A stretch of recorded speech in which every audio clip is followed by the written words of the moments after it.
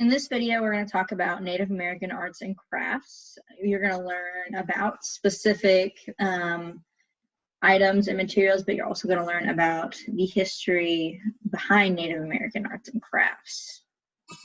So in order for us to do so, we have to understand the Indian Arts and Crafts Act of 1990. So it was only 30 years ago that this act was created.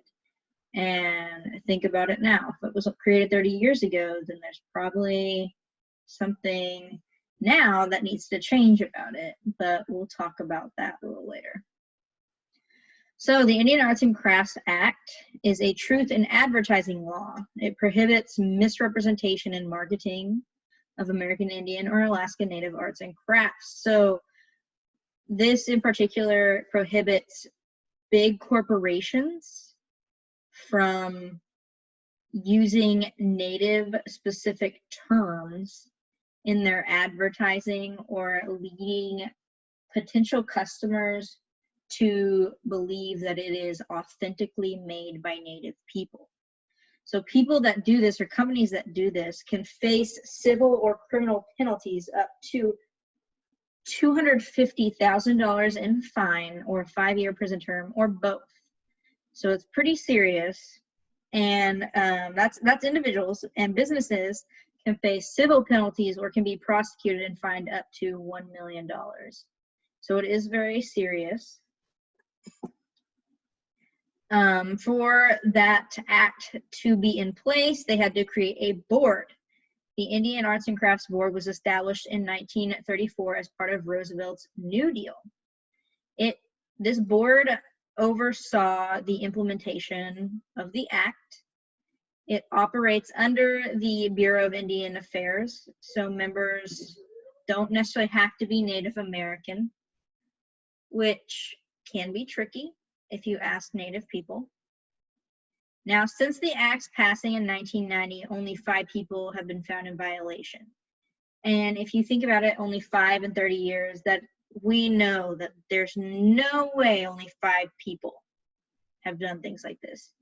But you have instances like, I believe it was Forever 21 marketed something as Aztec or Navajo, and they had to take it down, and there was fines for that. But also this protects Native artists and their designs. So if other people try to steal their designs, it should protect that as well.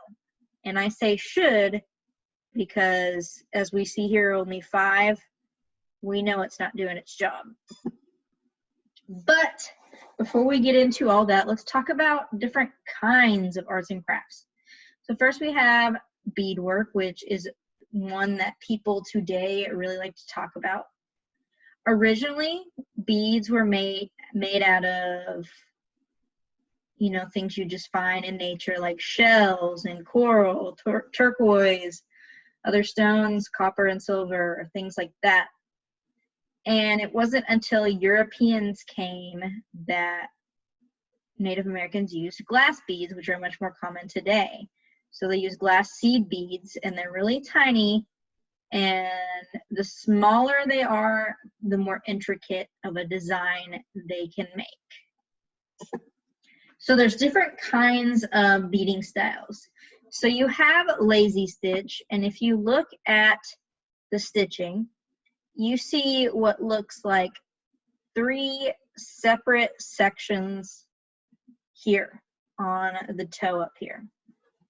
And they call it lazy stitch because what they do is they put about 8, 10, it really depends on the person. They put about 8 beads, sew it in, pull the thread or sinew back out, and do another 8, back in, back out. And they call that lazy stitch because it's looser, but it still creates the effect they want. We also have tack or flat stitch. These can be done in a similar way to lazy stitch. However, when they pull the thread, so they have maybe, let's say, 5 beads right here, they put it through the back of whatever they're beading into, and then they'll bring the needle up between about halfway through the beads they just sewn on there so that it'll stay flat. And that is, it doesn't necessarily have to be in a specific direction, as you can see here. That's just how the beads stick onto whatever material they're beading to. You also have peyote stitch, and peyote stitch is a lot more intricate. You can do flat peyote or circular peyote, just depends on what you want it on. So flat peyote could be like bracelets, and circular peyote could be things that they imagine like a koozie. You can peyote stitch around a can, and that'll be circular peyote.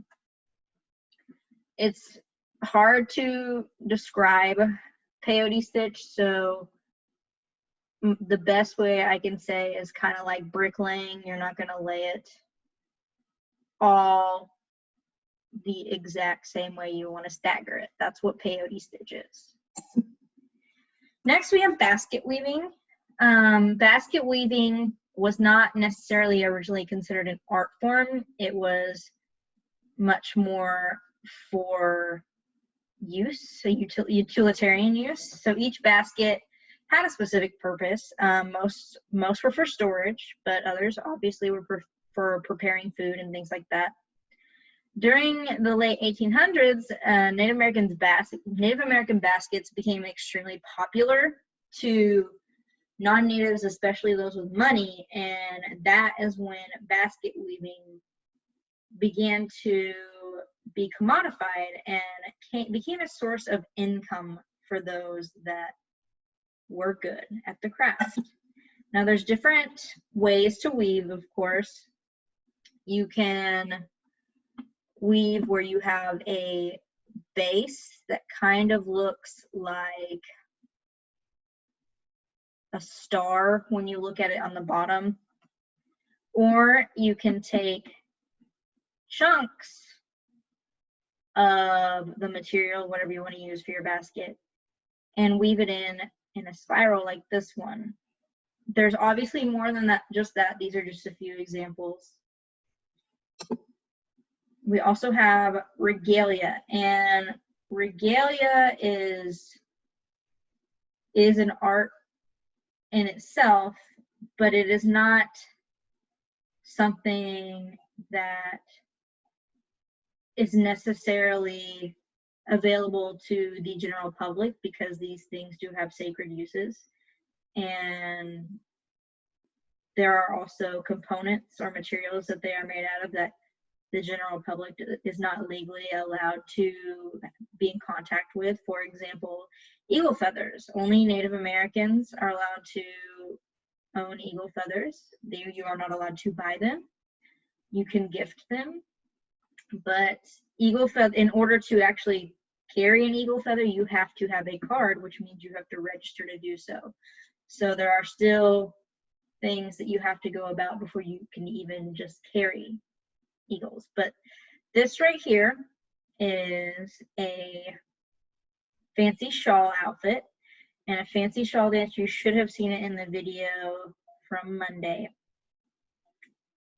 The purpose is to showcase the shawl. So there's lots of ribbon on it. It's the ribbon is usually dyed in different various bright colors. Since people powwow, do competition powwow now, contemporary clothing and regalia used in ceremony, that's used in competition powwow, tends to be brighter than what's in traditional. Now we also have the tea dress, or the buckskin. There's a southern cloth, I think is what they can call it as well, because it's not all made out of buckskin. Some of them use Teton cloth to make tea dresses.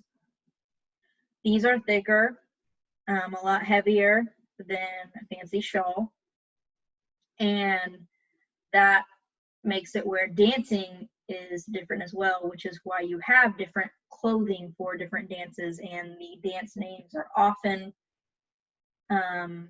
descriptions of the clothing itself that's worn. You have jingle dress, and those, what look like bells, are actually tobacco can lids that have been turned into little jingles, and there's actually nothing inside them. They're just sewn to the dress, and when dancers dance, the lids hit one another and create the sound effect that is desired. You also have men's fancy dance, so kind of like fancy shawl, but men's fancy dance is, I'm personally, my favorite kind of dance style. It's very flashy, and as you can see, they have what they call bustles on their backs. There's 2, and those have feathers or ribbons. It depends on where you get them or how you make them, and personal preference and tribe and things like that. But the purpose of this outfit